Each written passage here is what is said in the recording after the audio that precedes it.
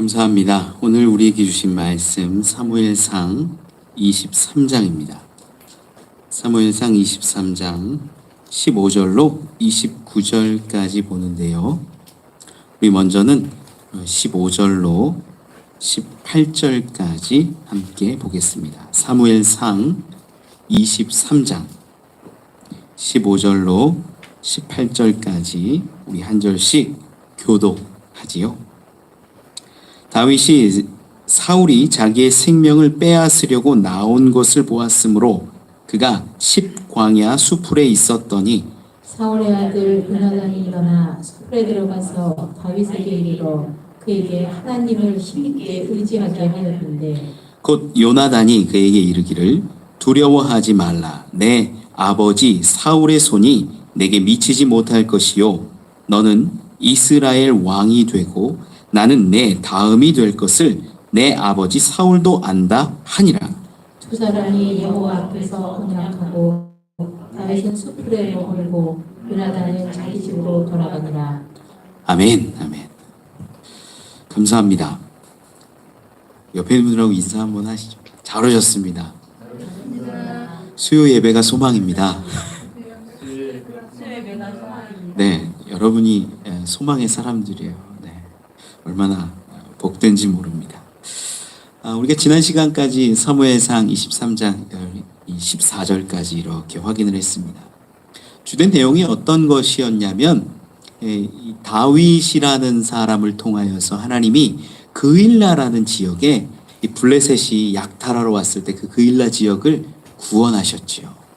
하나님이 이 다윗을 쓰셔서 이스라엘 민족을 이렇게 회복시켜 나가고 온전케 하는 모습이었습니다. 그런데 그 장면 가운데 그일라 사람들이 추정하는 거였지요. 그일라 사람들이 야, 다윗이 우리를 도운 것을 사울이 알면 어떻게 되겠냐.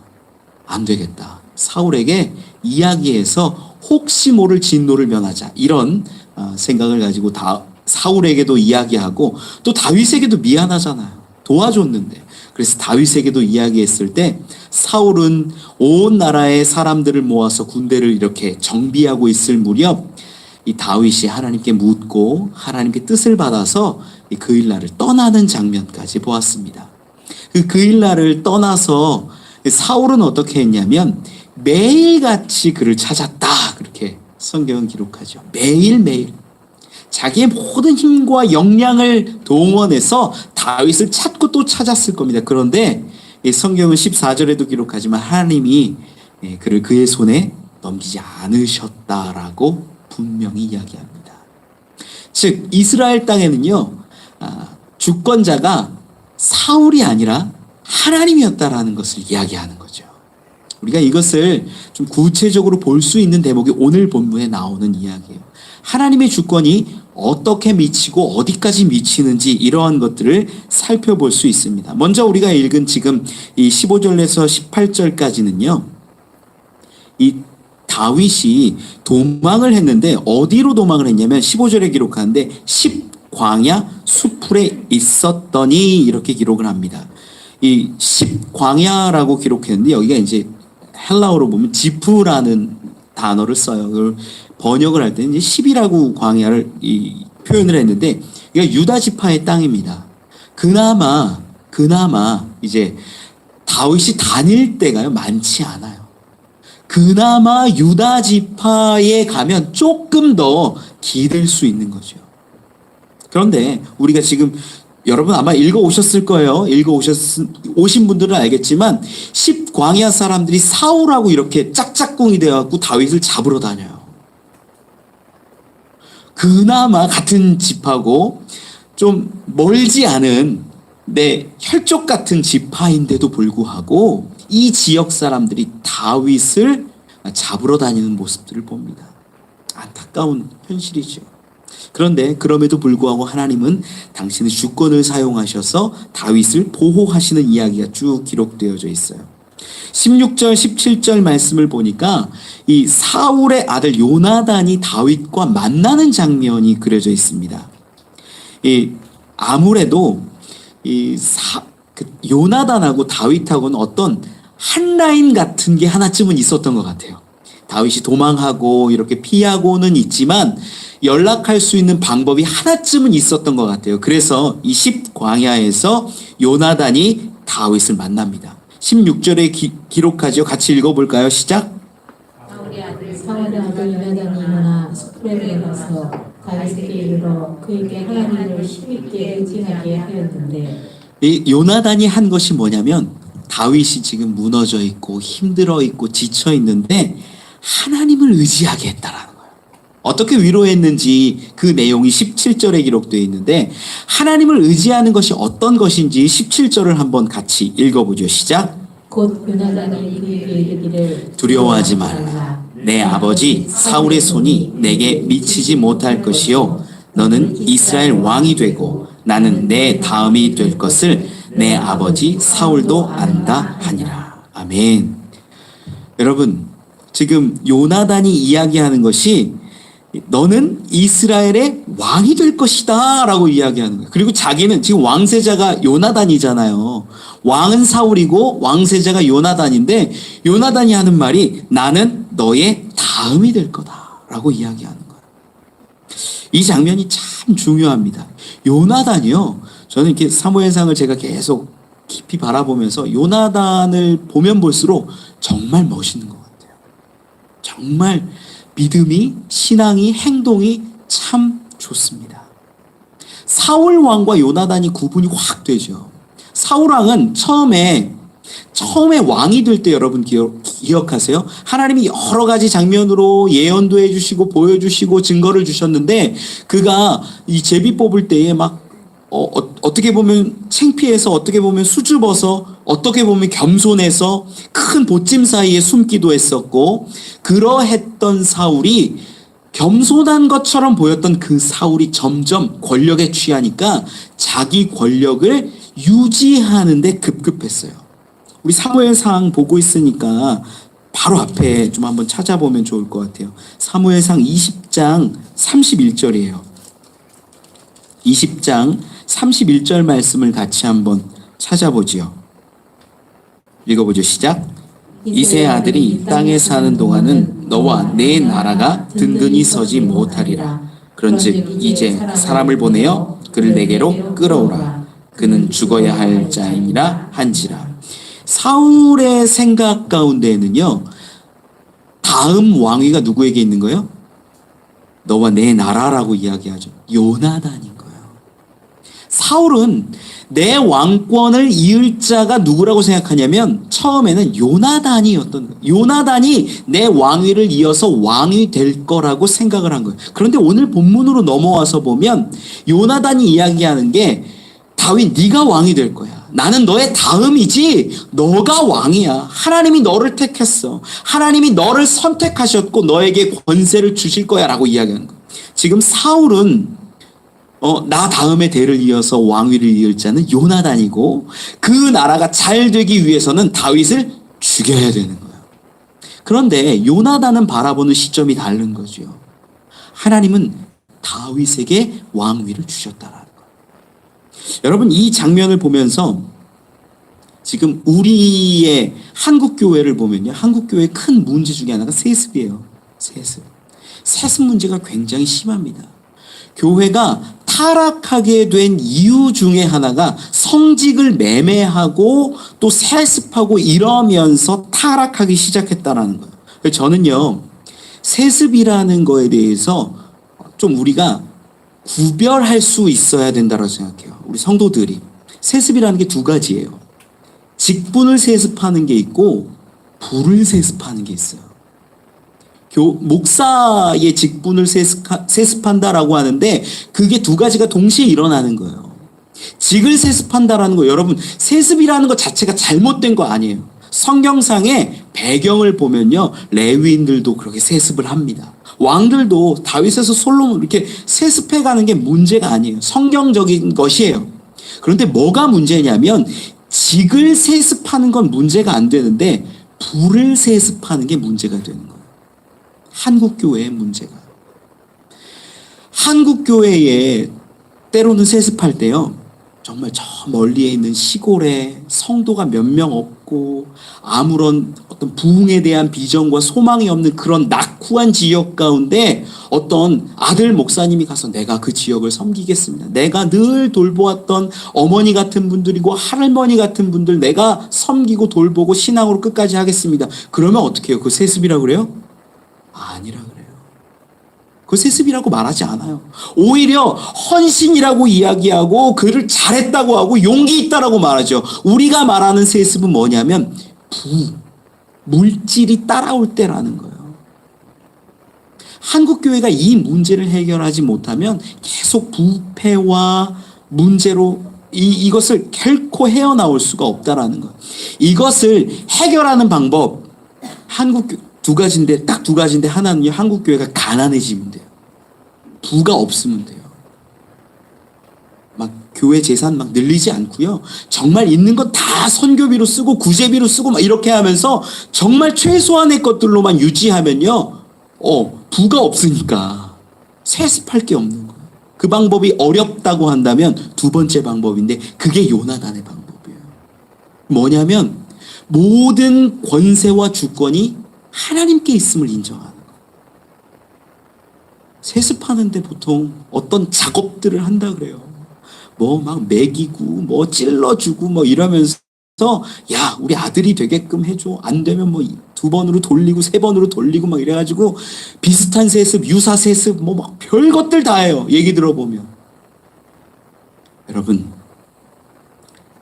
하나님께 주권이 있다라는 것을 인정하는 요나단의 모습을 보세요. 모든 사람이 요나단의 성품을 가만히 보면요. 전쟁에서도 승리할 수 있었고 하나님을 의지하는 사람이었어요. 그리고 그 시선, 믿음의 행동들을 가만히 보면요. 다윗을 인정해주는 그 아량만 보더라도 왕이 될 만한 자질이 제가 보기엔 있어요. 그런데 그가 뭐라고 얘기하냐면 하나님이 정말 원하는 건 다윗 너다라는 거예요. 그 왕위를 이을 자가 너다라는 것을 인정하고 나는 너의 다음이다라고 이야기해요. 여러분 이게 뭐냐면 요나단은 자기의 마음이나 자기의 욕심을 가지고 이야기한 게 아니라 하나님이 주신 어떠한 분명한 말씀과 응답을 가졌던 거예요. 이것을 인정하냐 인정하지 않느냐가 한국교회에 필요한 거예요.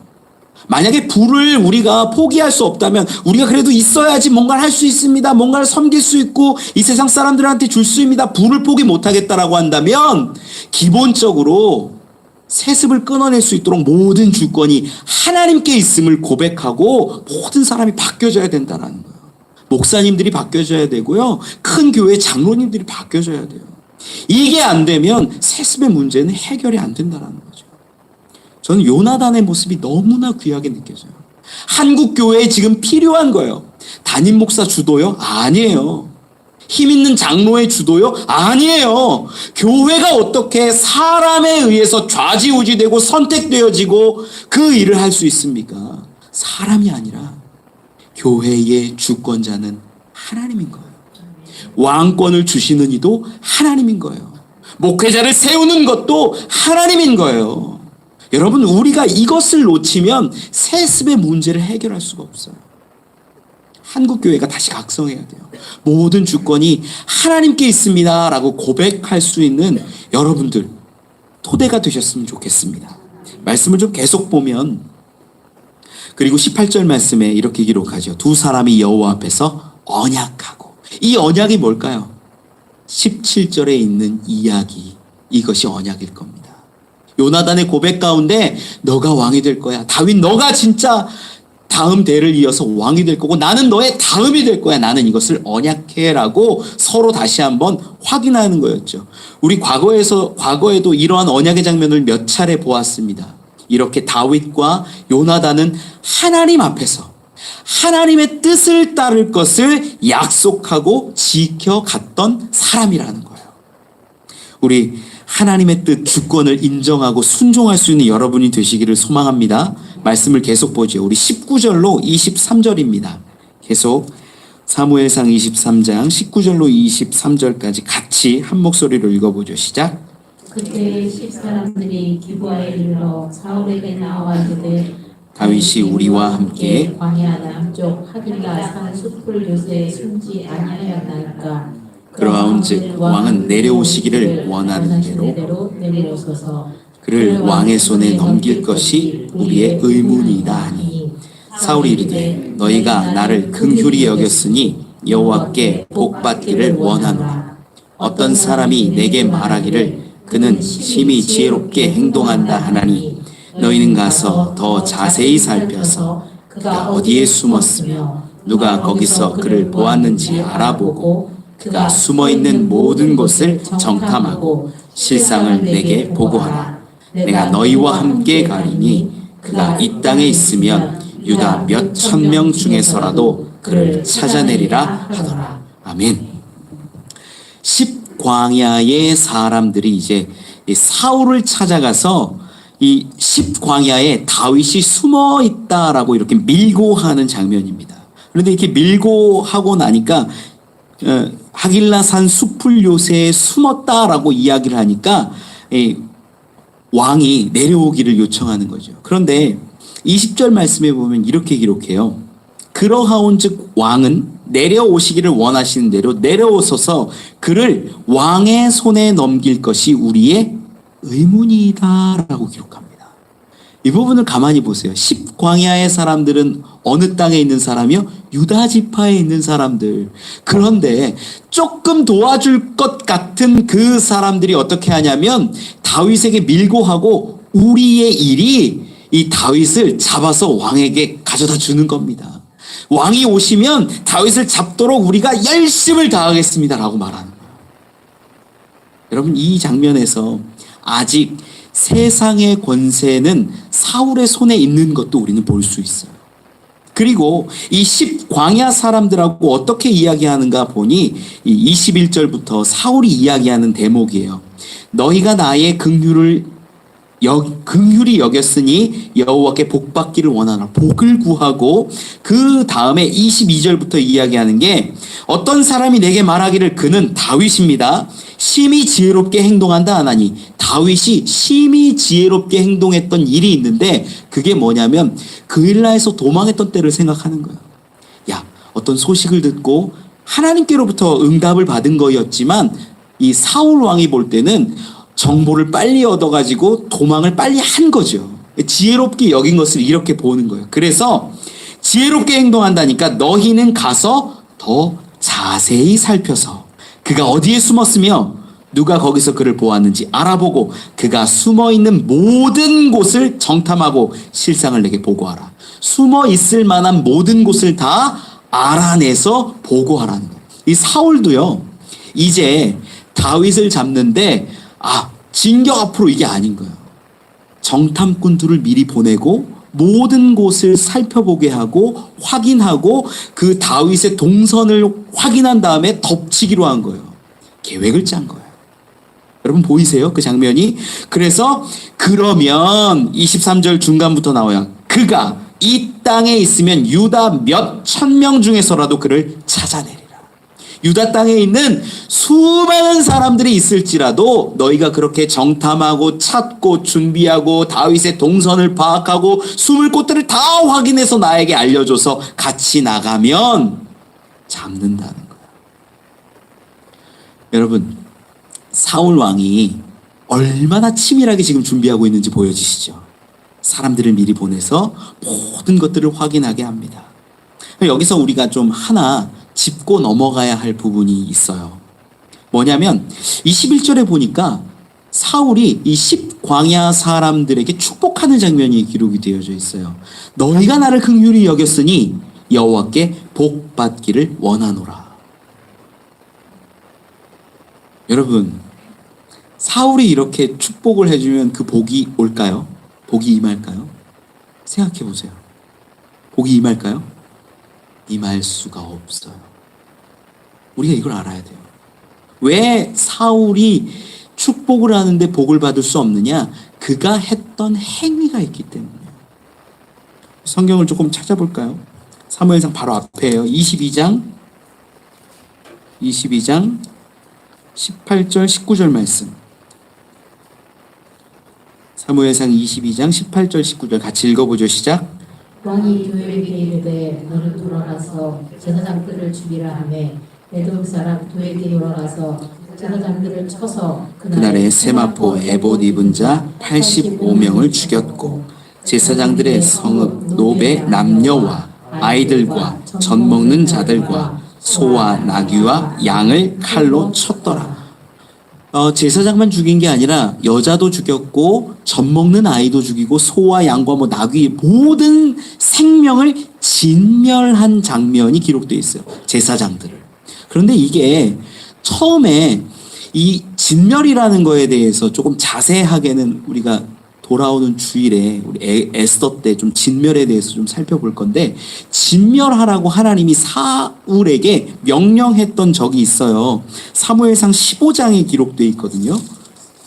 우리 아말렉을 멸하라고 명령하는 장면이 기록되어져 있는 사무엘상 15장 우리 2절 3절 말씀 좀 한번 읽어보죠. 사무엘상 15장 2절 3절입니다. 같이 읽어보죠. 시작. 만군의 여호와께서 이같이 말씀하시기를 아말렉이 이스라엘에게 행한 일 곧 애굽에서 나올 때에 길에서 대적한 일로 내가 그들을 벌하노니 지금 가서 아말렉을 쳐서 그들의 모든 소유를 남기지 말고 진멸하되 남녀와 소아와 젖 먹는 아이와 우양과 낙타와 나귀를 죽이라 하셨나이다 하니. 아멘. 지금 젖 먹는 아이 모든 생명들 다 죽이는 것을 한마디로 이야기하면 진멸하는 거예요. 진멸하는 게 어떤 의미냐면 신명기 25장 19절에 기록하는 건데, 아말렉을 내가 기억에서 지워버리겠다는 거예요. 진멸은 그게 징계하고 아프게 하고 뭘 이렇게 회초리 들어서 때리는 수준이 아니에요. 그 민족을, 그 종족을 완전히 없애버려서 기억에서 지워버리는 일을 진멸하는 거예요.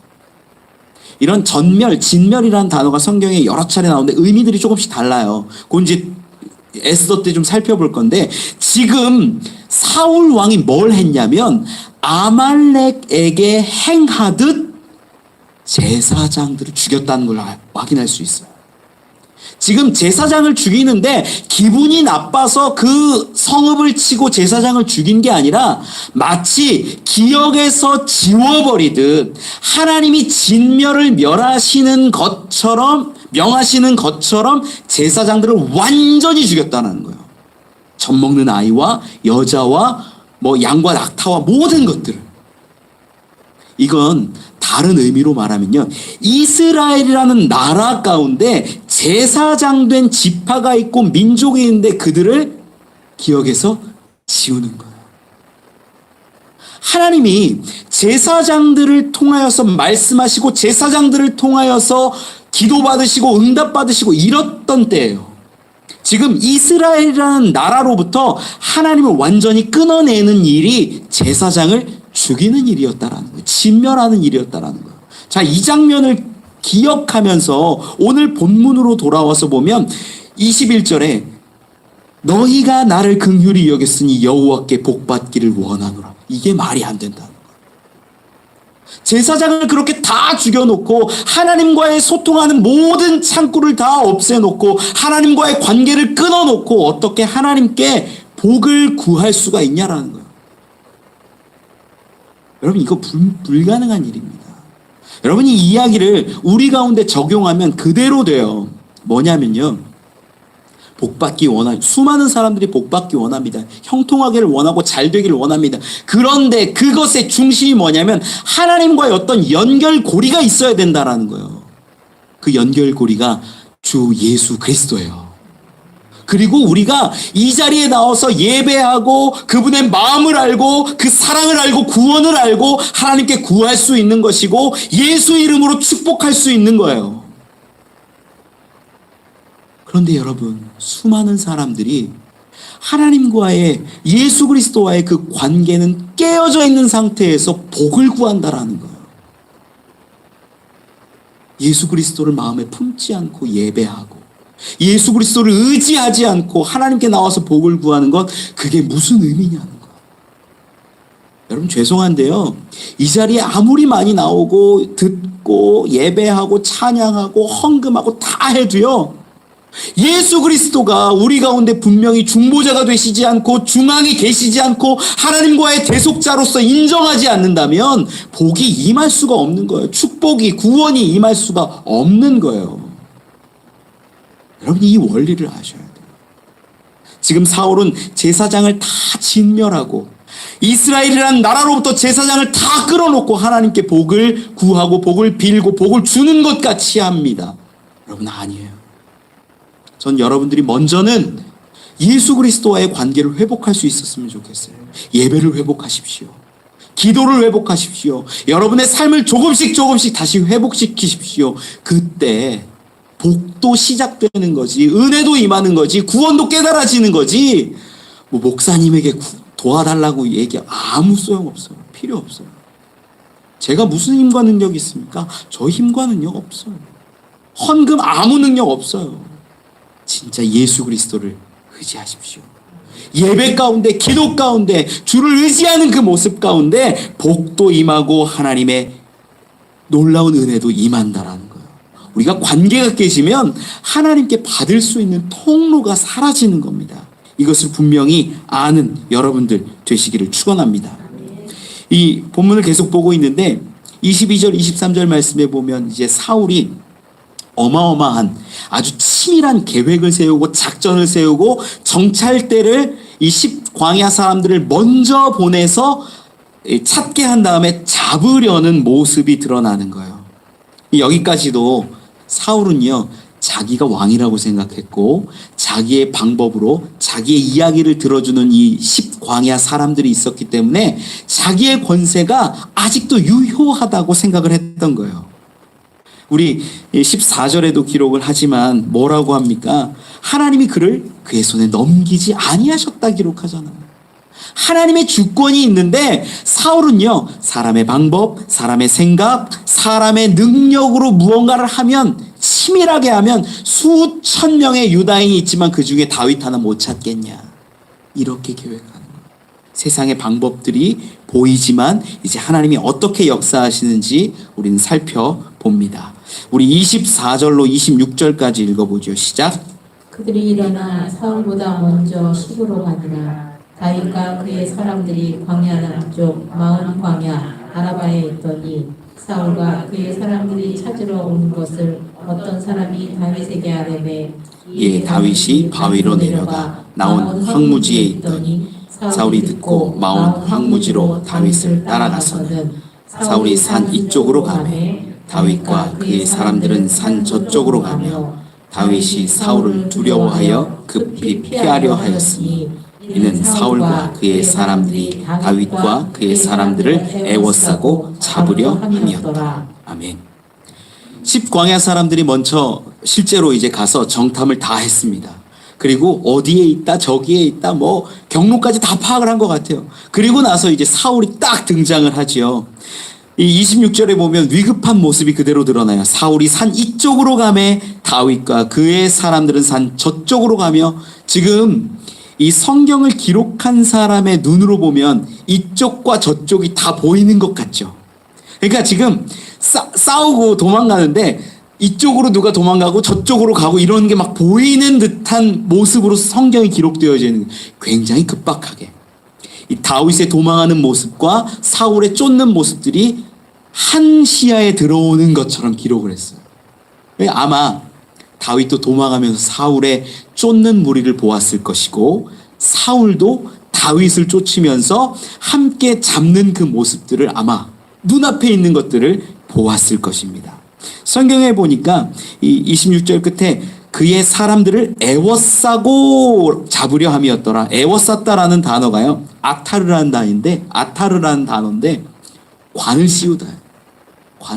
완전히 딱 붙잡아서 이렇게 옴짝달싹 못하게 모든 곳에서 포위해서 잡아갔다라는 의미가 들어있어요.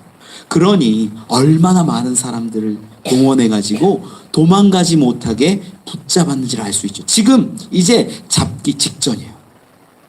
말씀을 계속 보죠. 27절로 29절입니다. 같이 한번 읽어보죠. 시작.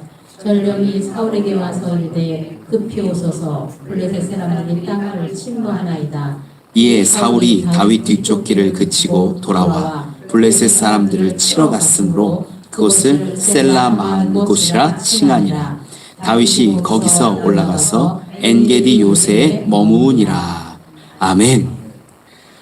이제 다윗은요 잡혔어요. 모든 곳에서 지금 사울의 군사가 조여오고 있고요. 애워쌌고요. 이제 잡기만 하면 돼요. 이제 뭐 몇백 미터 안 남은 것 같아요. 아마 눈에 보였을 겁니다. 성경의 기자의 기록대로. 그런데 전령이 갑자기 사울에게 와서 급히 이야기합니다. 급히 오셔서 블레셋 사람들이 땅을 침노하나이다. 그런데 우리가 전에 그일라 지역에서 이 블레셋 사람들이 와서 탈취한 사건이 일어났을 때 사울이 그 사실을 알았는지 몰랐는지는 불분명하지만 이 블레셋에게 대항하진 않았어요. 그때는 관심이 없었어요. 어쩌면 그일라 지역이 유대 지역 가운데에는 좀 변방이라 여겨져서 작은 어떤 소동이나 싸움 정도로만 여겼을 수도 있지요. 그런데 지금 이 블레셋 사람들이 땅을 침노했다라는 것이 어쩌면 굉장히 중요한 지역, 어쩌면 사울 왕의 왕궁을 치는 그러한 문제가 생겼을 수도 있다라는 거예요. 보통 작은 일이었으면 안 갔을 거예요. 지금 사울에게는요 다윗을 잡는 게 가장 중요해요. 내 평생의 숙적인 거예요. 사울 입장에서는 다윗을 죽여야 내 왕권도 유지되고 내 아들 요나단이 왕을 다시 이어갈 수 있는데 그것을 뒤로 하고 갈 만큼 중요한 상황이 벌어졌다라는 거예요. 추정하는 겁니다. 학자들이 사울의 궁을 공격하지 않았을까. 그러면 갈 수밖에 없는 거예요.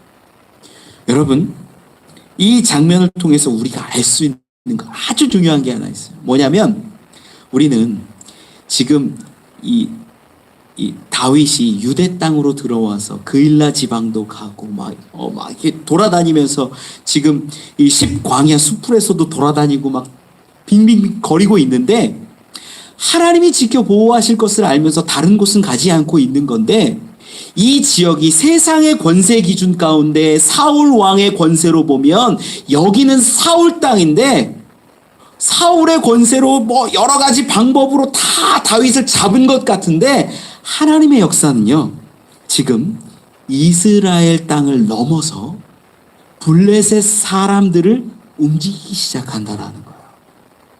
하나님의 주권이 어디까지 드러나는지가 나타나는 대목이에요.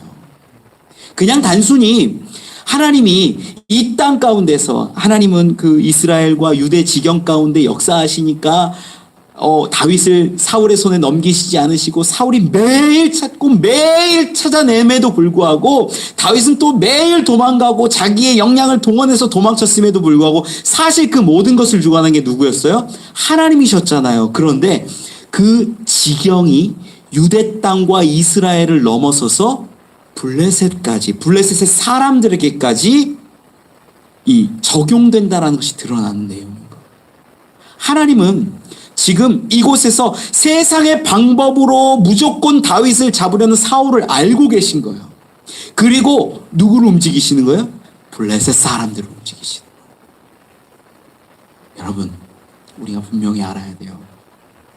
하나님의 주권은요, 하나님의 나라에만 있지 않아요. 하나님의 주권은 하늘에만 있는 것이 아니에요. 이 땅 가운데에서도 우리가 알 수 없는 곳에서도 하나님을 알지 못하는 자들에게도 하나님을 의지하지 않는 자들에게도 하나님을 대적하는 자들에게도 하나님의 주권은 미친다는 거예요. 지금 다윗을 구할 수 있는 방법이 없어요. 세상의 방법으로는 모든 것을 동원해서 작전을 짜고 사람들을 먼저 보내고 모든 것을 동원해서 지금 잡기 일보 직전이잖아요. 그런데 하나님은 그 방법 너머의 것을 쓰신다는 거예요. 여러분, 이 하나님 얼마나 멋있습니까? 이 하나님의 주권이 얼마나 큽니까? 그런데 우리는 하나님의 주권을 바라보지 않고 세상 방법으로 살아간다라는 것이 문제예요. 사울처럼 살아가는 거예요.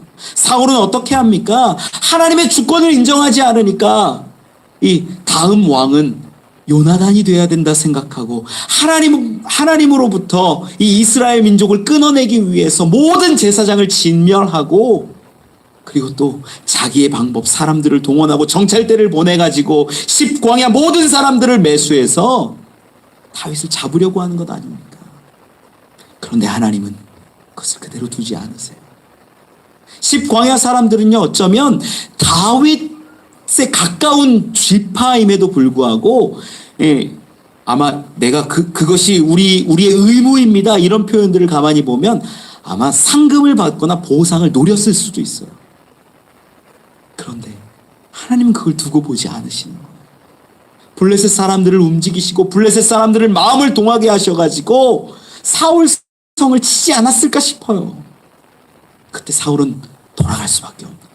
자기의 모든 것이 걸려 있으니까, 왕권이 거기 있으니까, 그 자리를 뺏기면 지금 뭐 다윗을 잡아도 자기가 아무것도 안 되니까 돌아갈 수밖에 없었던 거죠.